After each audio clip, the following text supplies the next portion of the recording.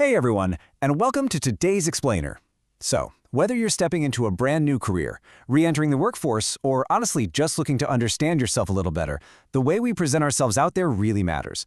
And let's be real, nothing sends a message quite as instantly as our hair. Today, we are going on a really fascinating journey together. We're going to start incredibly microscopic, looking at the actual biology and chemistry of a single strand of hair, and then we're going to zoom all the way out to look at the billion-dollar global economy of the hair trade. Why? Because understanding the science and history behind all this gives you the power and the agency to confidently choose the exact message you want to send to the world. All right, let's dive right in. So, here's a quick look at our roadmap for today. We'll start with the science of the strand, then move into the chemistry of style. Next, we'll cover understanding your texture, followed by navigating hair loss, and we'll wrap it all up with wigs and global trade. All right, Section 1, Science of the Strand, the foundation of hair. Okay, so you know how a building has a steel frame? Well, your hair has its own invisible architecture. Every single strand is primarily made up of a protein called keratin. But it's not just a loose, random bundle of proteins. These keratin strands are held together by what we call disulfide bonds. Think of these bonds as chemical crosslinks, or, the actual scaffolding of that building.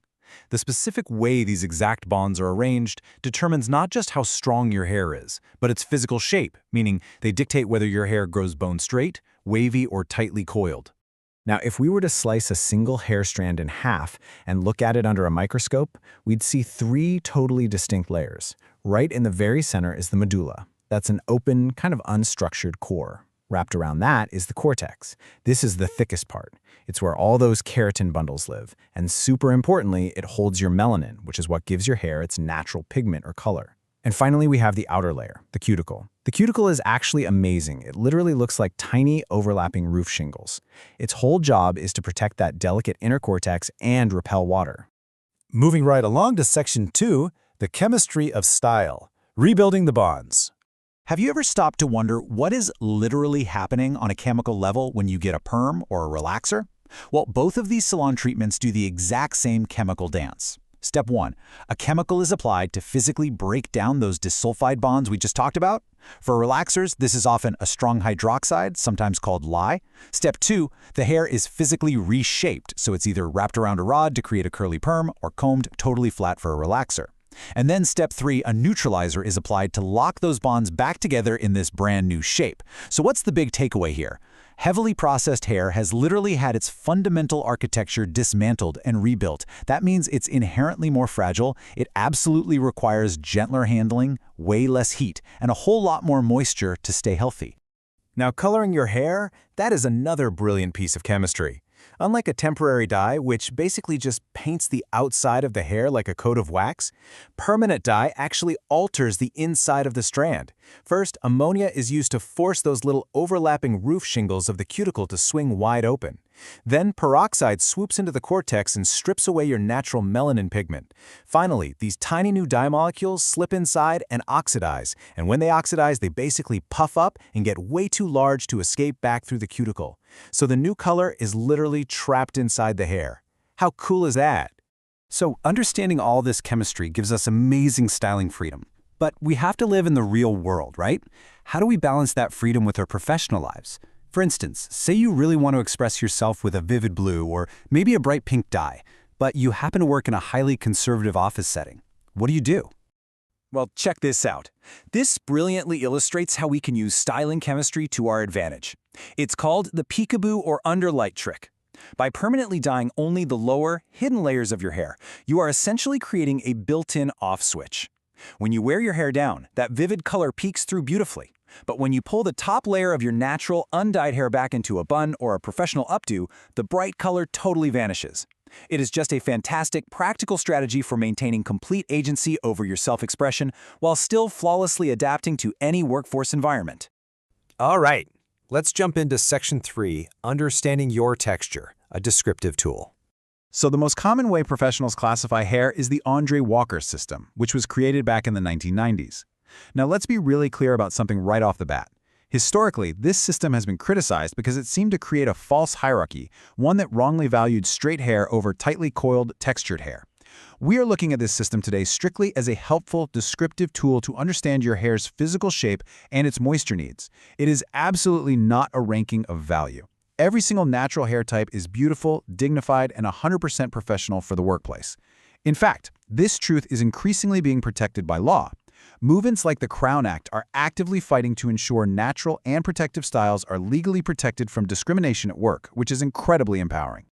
Okay, so the system breaks hair down into 4 main types. Type 1 is straight, which honestly tends to be a bit oily because scalp oils can easily travel straight down the strand. Type 2 is wavy. Type 3 is curly, usually with a very definite S shape, and Type 4 is kinky coily, featuring very tight coils that can actually shrink up pretty significantly when they get wet.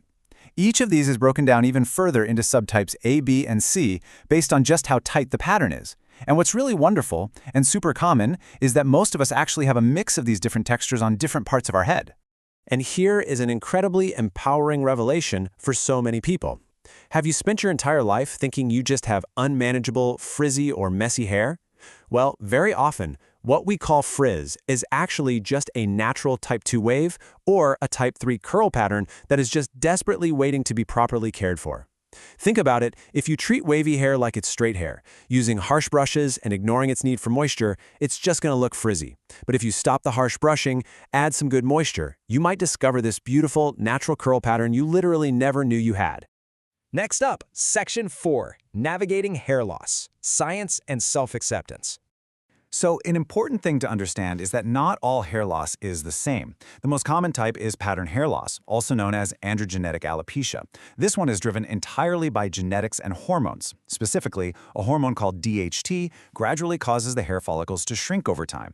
This usually shows up at the temples and crown for men or as an overall thinning for women. On the flip side, alopecia areata is completely different. That is an autoimmune condition. For reasons scientists are honestly still studying, the body's immune T cells suddenly swarm the hair roots, mistake them for a foreign enemy, and attack the follicles. This usually results in these sudden, coin-sized patches of hair loss. And there are environmental causes too. Remember our chemistry lesson about those relaxers?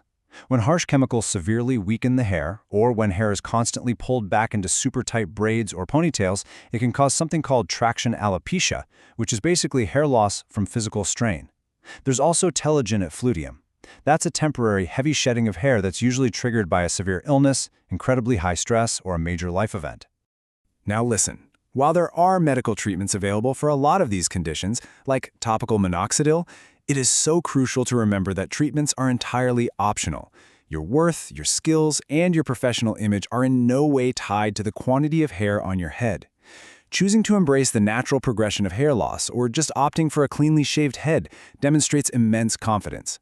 A shaved head is a deeply valid, completely dignified, and incredibly powerful choice of personal agency. Never forget that. And finally, let's wrap up with Section 5, Wigs and Global Trade, a Macro Perspective. So people have been using wigs to send social messages for literally millennia. Back in ancient Egypt, both men and women would shave their heads and wear wigs just to protect their scalps from the brutal sun, often topping them with these little scented cones of wax. Fast forward to the 17th century in Europe, King Louis XIII of France started losing his hair prematurely, so he started wearing this massive, elaborate periwig. And pretty much overnight, wearing a huge wig became a mandatory symbol of status and immense wealth across European courts. By the 18th century, these wigs were being heavily powdered with scented starch to get that striking pure white color we always see in history books. Now, there is also this totally speculative but fascinating theory from historians about why wigs became so popular. In the medieval and early modern periods, overall hygiene was, well, frankly quite poor. Head lice were a massive, widespread issue for everyone. Some historians speculate that shaving your head entirely and wearing a wig was just a highly practical workaround. Think about it. A wig full of knits could easily be sent off to the wig maker to be boiled and thoroughly cleaned in a way a human scalp just couldn't be.